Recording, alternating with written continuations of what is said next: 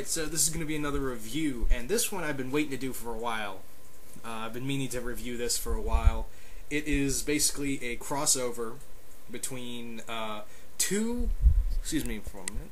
There we go. Adjusting the mic real quick. Yeah, that's probably good right there. Sorry about that. But yeah, this is a crossover between two of Sam Raimi's most popular characters that he created. Darkman, and this is Darkman versus Army of Darkness. Yeah, this was fun. As you guys know, I'm a huge fan of the Evil Dead series. I also like Darkman. The writers actually were Kurt Bursky and Roger Stern. Artist is James Fry. The colorists were David Creel, Bruno Hang, and Ivan Ners. Letterers were Bill Tortellini. Yeah, that's probably how I say it. And the covers are done by George Perez. Now, this was good. This is actually kind of like it has a fan fiction feel to it when you read this crossover. I mean, this is Sam Raimi's two biggest characters, so it's kind of fun to see. You're probably wondering why is Ash teaming up with Darkman? I mean, how does that even work?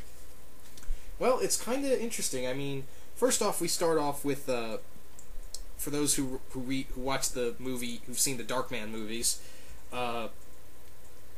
Darkman. The Darkman's former girlfriend is dating a new guy, and this takes place after. I want to say after. I have a feeling that it takes place after the second movie. For some reason, that's where I feel like the timeline is. It takes place before the third movie, Die Darkman Die. But that's the feel I got for it. But yeah, Darkman's former girlfriend Julie, former fiance Julie, is seeing a new guy who's into ancient artifacts, and she and one of her friends discover the Necronomicon as one of the artifacts, and Julie, being an idiot that she is, reads the book and unleashes the Deadites into the city. So Darkman rescue the Deadites are free, and Julie becomes a Deadite, like the Deadite Queen. Darkman and Julie's friend they take back the Necronomicon and summon Ash because the book.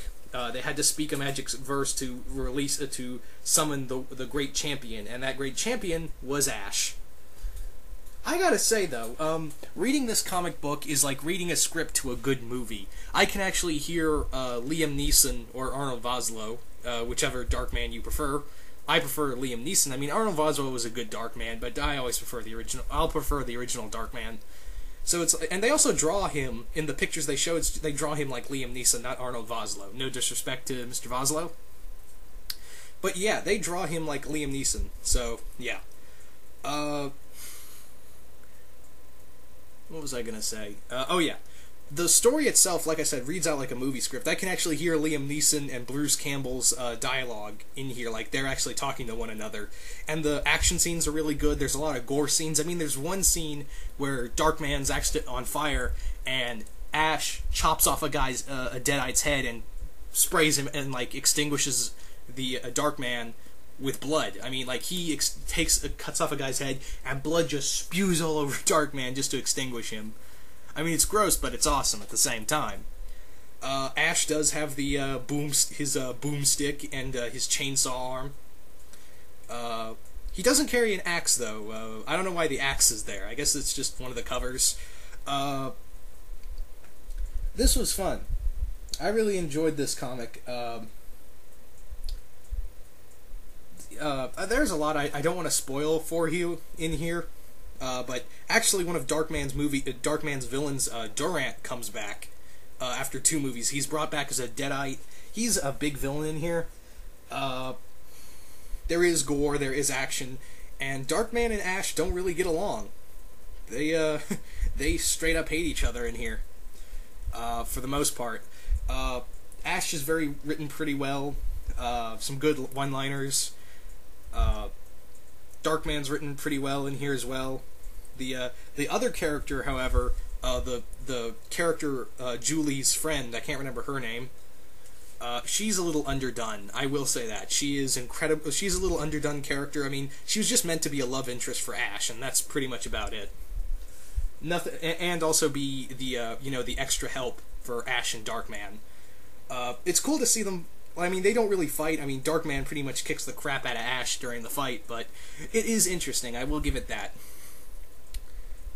This was really good. I mean, seeing two of Sam Raimi's original creations meet up for probably the only time, and it's kind of cool because Ash is not like, there are so many ways. First off, they could have done this crossover. I mean, Ash could have easily that's the cool thing about Ash. He can easily exist in one universe or another. He could easily exist in any universe because he's just one of those characters who he doesn't need to be from alternate universes. That's why I think when the Freddy vs. Jason vs. Ash crossover works so well, because you could just throw him anywhere.